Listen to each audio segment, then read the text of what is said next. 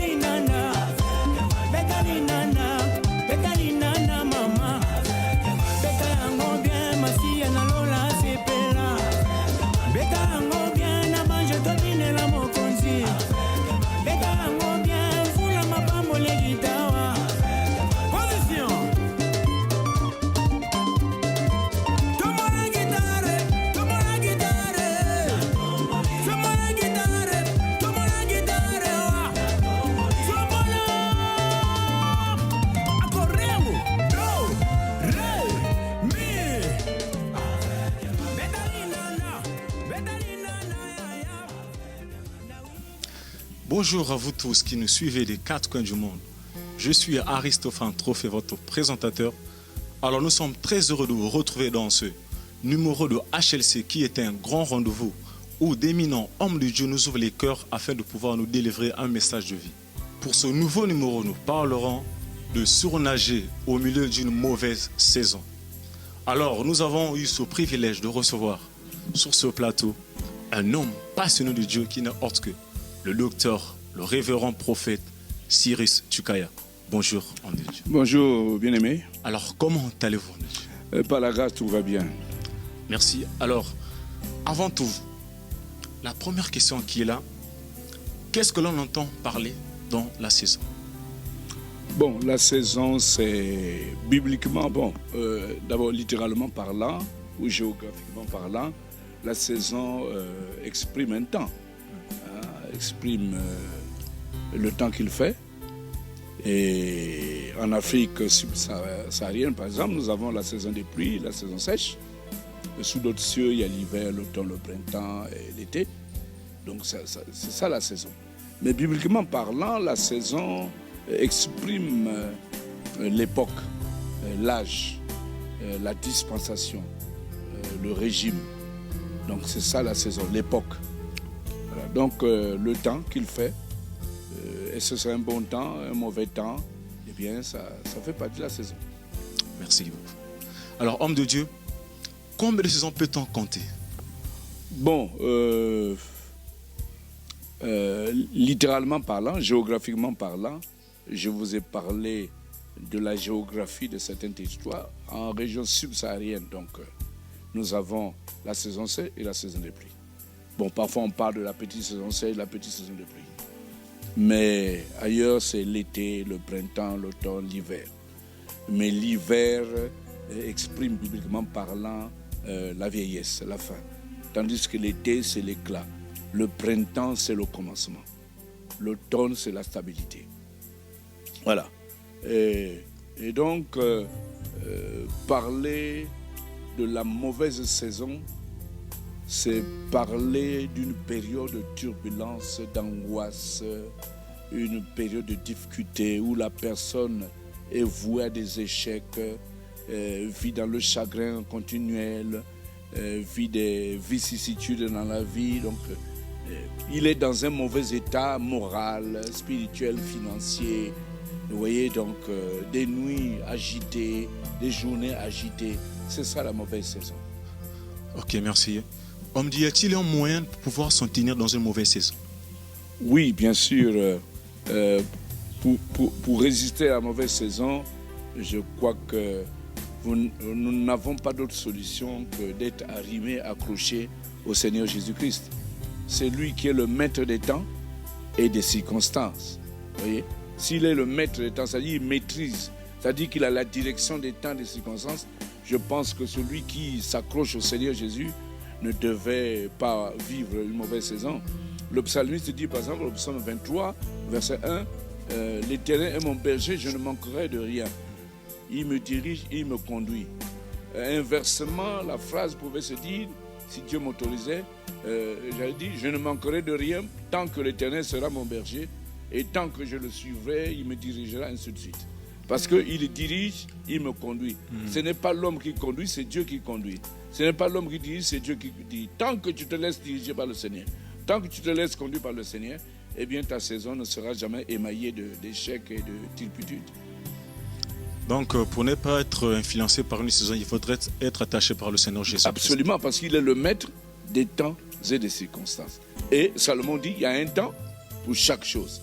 Un temps pour les mauvaises saisons, un temps pour les bonnes saisons. Vous voyez, donc il y a cette dualité du temps exprime qu'il y a un temps où tu peux vivre la mauvaise saison et un temps où tu peux vivre la bonne saison. Oui, homme de Dieu, il y a aussi des chrétiens qui ignorent certaines choses. Alors, qui peut reconnaître une mauvaise saison? Ah, mais on reconnaît par ce que vous êtes en train de vivre. Tu reconnais par ce que tu es en train de vivre. Tu as des projets, les projets sont calés. Tu as des rêves, les rêves sont calés. Tu attends quelque chose, mais la chose ne vient pas. Mais c'est ça la mauvaise saison. Mais ce qui est important pour nous, et c'est le thème même de notre message, c'est surnager. Il faut surnager au milieu de la détresse, au milieu de la mauvaise saison. Surnager veut dire nager sur. Il y a la notion de domination, de supériorité. Cela veut dire que chacun de nous est appelé à se surpasser. Il faut avoir ce qu'on appelle la foi montante. La foi montante ne tient pas compte des détresses, des échecs. La foi montante, elle domine. Vous voyez, ce n'est pas comme on était dans la barque avec Jésus et puis on commence à pleurer parce qu'il y a la tempête. Non. Mais Anne, par exemple, n'avait pas d'enfant, elle était méprisée par sa rivale, mais elle avait la foi. C'est la foi montante. David, par exemple, se trouve face à Goliath. Mais face à Goliath, il n'a pas tremblé. C'est le roi Saoul qui tremblait. Mais lui, il n'a pas tremblé. Il a foncé droit vers Goliath. Et la suite, vous la connaissez. Donc, il faut surnager. C'est-à-dire, il faut aller au-delà. Il faut dominer. Et ce thème nous est venu du texte de 2 Rois, chapitre 6, versets 1 à 7. Voilà là où nous avons vu ce thème. C'est-à-dire que Élisée était avec les fils des prophètes. Et ils étaient en train de construire des habitations. Et il manquait du bois. Et les fils des prophètes ont dit, nous allons partir au Jourdain pour aller couper le bois. Ils sont partis couper le bois. Pendant qu'ils coupaient, l'un de couper le bois, le fer de la hache s'est détaché de la hache. Et le fer est tombé. Donc du coup, l'opération s'est stoppée. Il arrive dans la vie de quelqu'un d'être détaché d'un parent que tu as aimé, d'un parent sûr. Il arrive que tu perdes un appui. Il arrive dans la vie que tu perdes un ami sérieux. Il arrive que tu perds de l'argent, que tu perds ton mariage, que tu perds ton travail. C'est ça le détachement. Mais Élisée a demandé à la personne, où est-ce que le fer est-il tombé? Donc, Dieu ne laisse pas le juste dans la détresse. C'est dans la détresse que Dieu intervient. C'est dans la détresse que Dieu intervient. C'est dans l'échec que Dieu intervient. Vous voyez, Romains 8, 18 dit, j'estime que les souffrances du temps présent ne sauraient être comparées à la gloire à venir. Ça veut dire qu'il y a la gloire à venir. Les Moïse ont mal commencé. Les David ont mal commencé. Vous voyez, les Élisée ont mal commencé. Le prophète Élie a mal commencé. Mais par la suite, les choses ont changé. Donc, tu peux être détaché de quelque chose que tu as aimé. Ça peut arriver, mais il finira par revenir. Pourquoi? Parce qu'on lui a montré la place. C'est ici. Ça veut dire que chacun de nous a une place que Dieu a préparée. Le fer est tombé quelque part. Toi aussi, pendant que je parle, je sais que tu es tombé quelque part. Sans doute que tu as perdu quelque chose quelque part. Mais qu'importe le lieu où il est tombé, Dieu finira par aller récupérer. Jésus est tombé dans le tombeau, parmi les morts, mais Dieu l'a récupéré. Et il s'est passé, quand Élisée a vu la place, eh bien, il a pris le bois, il a jeté là où il y avait le fer. C'est dire que Dieu ne tient pas compte des vérités humaines.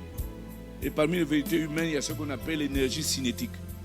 C'est-à-dire qu'on ne peut pas comprendre que le bois puisse ramener le fer à la surface. Ça, c'est un mystère. Vous voyez, parmi les mystères, c'est le bois qui est allé chercher le fer. Je dis à quelqu'un qui m'écoute aujourd'hui que Dieu finit par confondre les choses fortes par les choses faibles. Dieu confond les choses sages par les choses folles. C'est dire à quelqu'un que les premiers seront les derniers seront les premiers. Ne tiens pas compte, ne méprise pas quelqu'un, car tu ne connais pas son avenir. Si petit soit-il, si pauvre soit-il, ne le méprise pas, parce que tu ne connais pas son avenir. Et le bois, qui est le symbole de la croix, qui est devenu une puissance pour nous, la croix. Moïse a été mis dans une caisse de bois, mais il a fini par échapper au crocodile et ainsi de suite. Le bois là, sur lequel on avait pendu Jésus, est devenu aujourd'hui une puissance. Satan a regretté d'avoir pendu Jésus. Il a payé la facture sur son menuisier du quartier pour faire la croix pour rien.